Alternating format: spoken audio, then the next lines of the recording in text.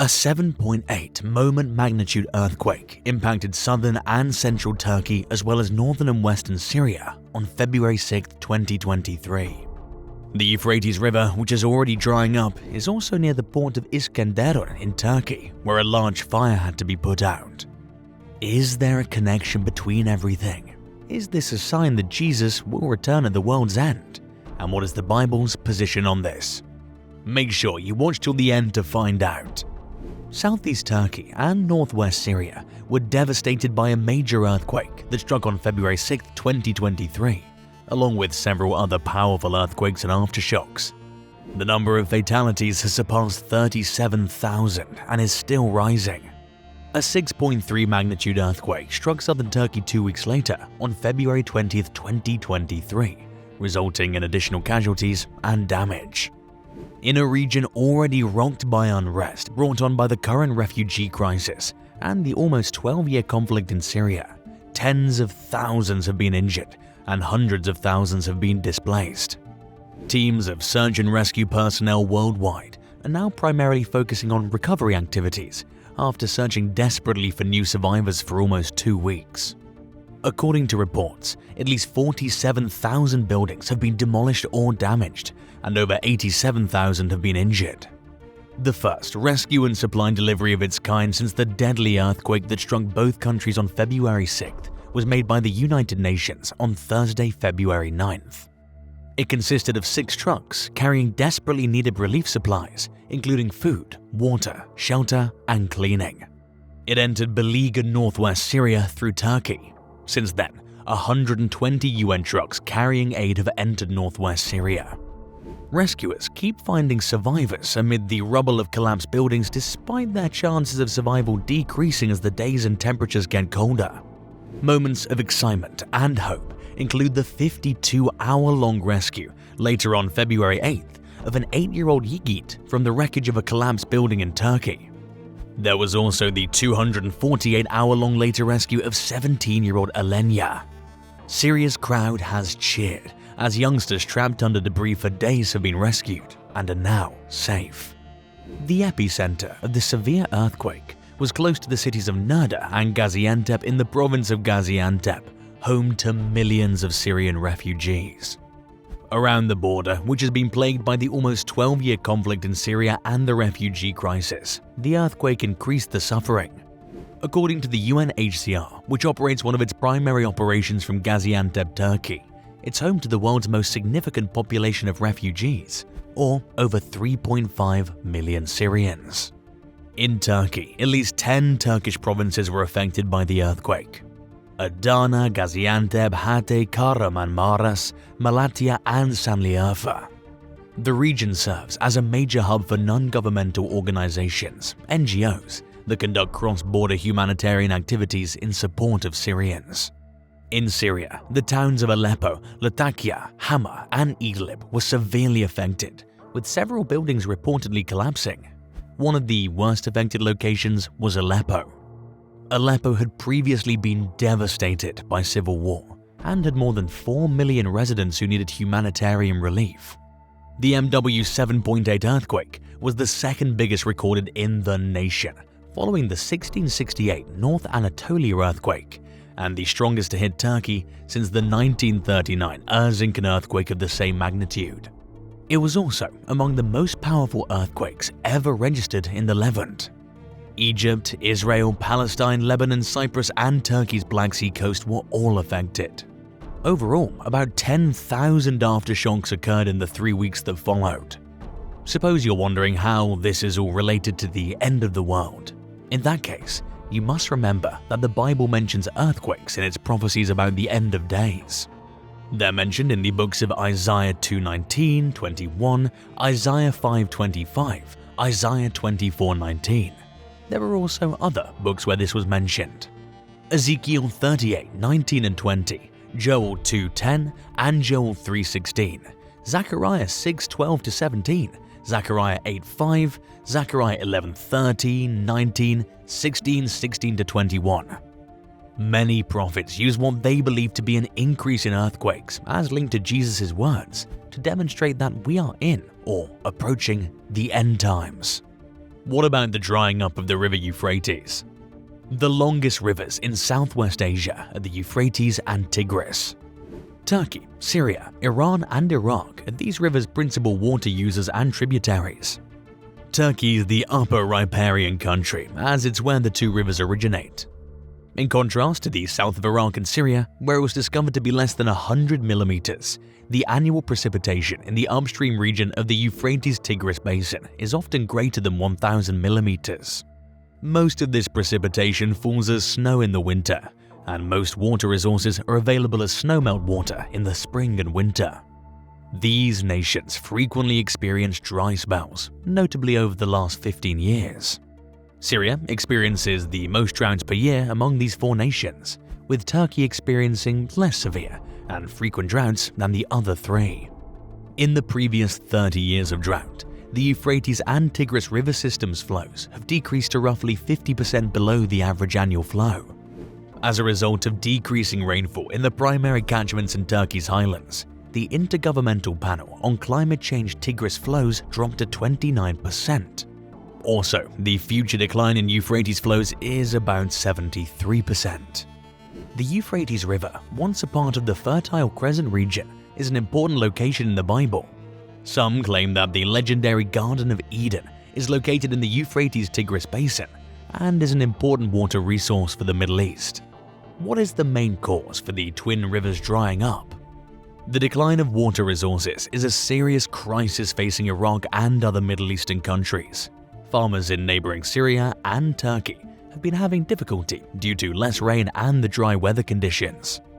According to the United Nations, due to its rising temperatures, decreased rainfall, salinity, and frequent dust storms, Iraq is the fifth most vulnerable nation in the world to the effects of climate change. Iraq has been devastated by a triple blow of lower rainfall, decades of conflict, and less water flowing through its two main rivers, the Tigris and the Euphrates. The Fertile Crescent, an arc sweeping from the Mediterranean to the Persian Gulf, is where farming developed more than 10,000 years ago. According to Harry Stepanyan, a senior fellow at the Iraq Energy Institute and a freelance energy and water specialist in Washington, the Tigris and Euphrates receive less water from Turkey, leaving them more exposed when the rain stops.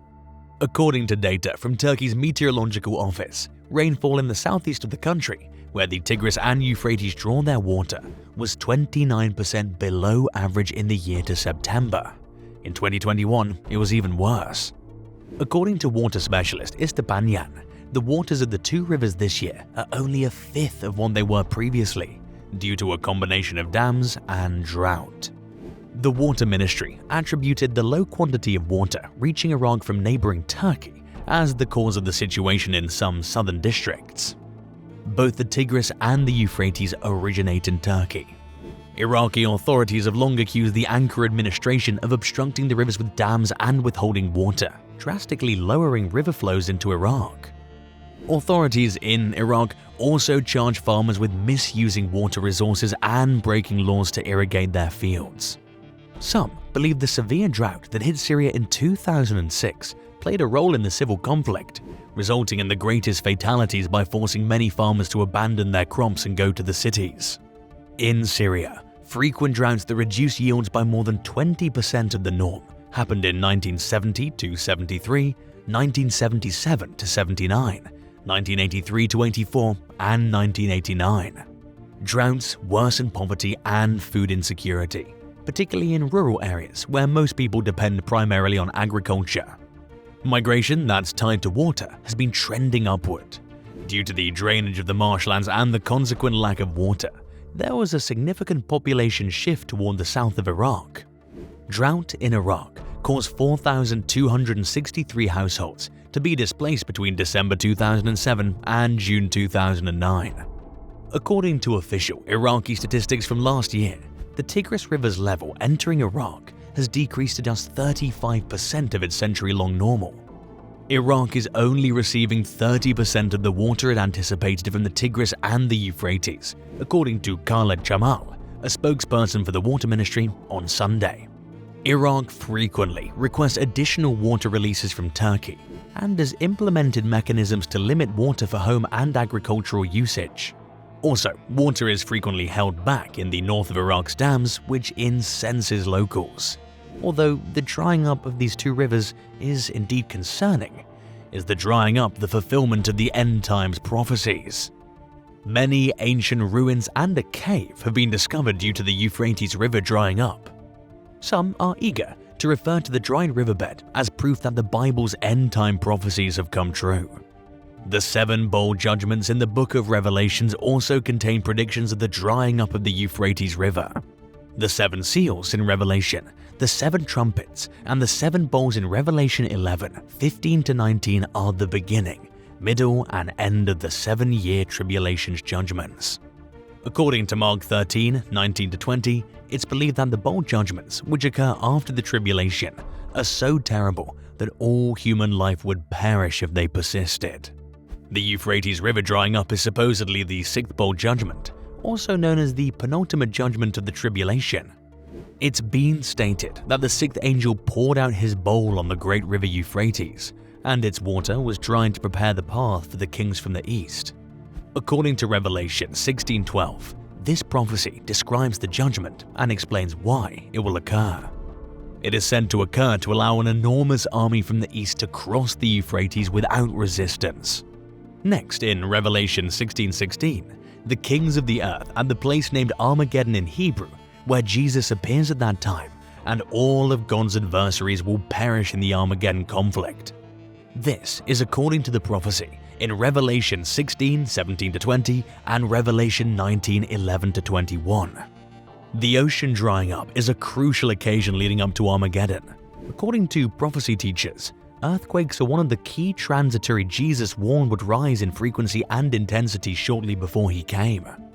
However, whether or not there's been an increase in earthquake activity should be researched to prove this. Over the years, articles about earthquakes and Bible prophecies seem to be in popular prophecy literature following every significant earthquake worldwide. These stories almost often cite the rise in earthquakes as evidence that Jesus will return shortly. According to one author, Jesus Christ foresaw a rise in earthquakes as a sign of his second coming in the 1st century. The author also uses a verse from Matthew 24:7 as evidence for his claim that nations will rise against nations and kingdoms against kingdoms. He stated that there would be earthquakes, pestilences, and famines everywhere in that verse. Take note that the passage mentions earthquakes in various regions. In a 1969 essay, the geologist who created the Richter scale interacted with prophecy teachers. He observed with some amusement that some religious groups had chosen this rather poor period to assert that the frequency of earthquakes was rising. Scientists are partially misled by the rise in the number of little earthquakes being recorded and published by more recent sensitive stations around the globe. Notably, the subsequent 10-year period has yet to see more major earthquakes than the approximately 25 that occurred from 1896 to 1906. Are there more earthquakes now? Although it can be difficult to persuade some prophecy teachers, the response is no, there are not. Despite the prophetic word only mentioning that there will be earthquakes in various regions, it's not mentioned that there would be an increase. Are the prophecies true, or are people just being led by blind faith? Share your thoughts in the comment section below. Like, subscribe, and click on the notification video for updates on new videos.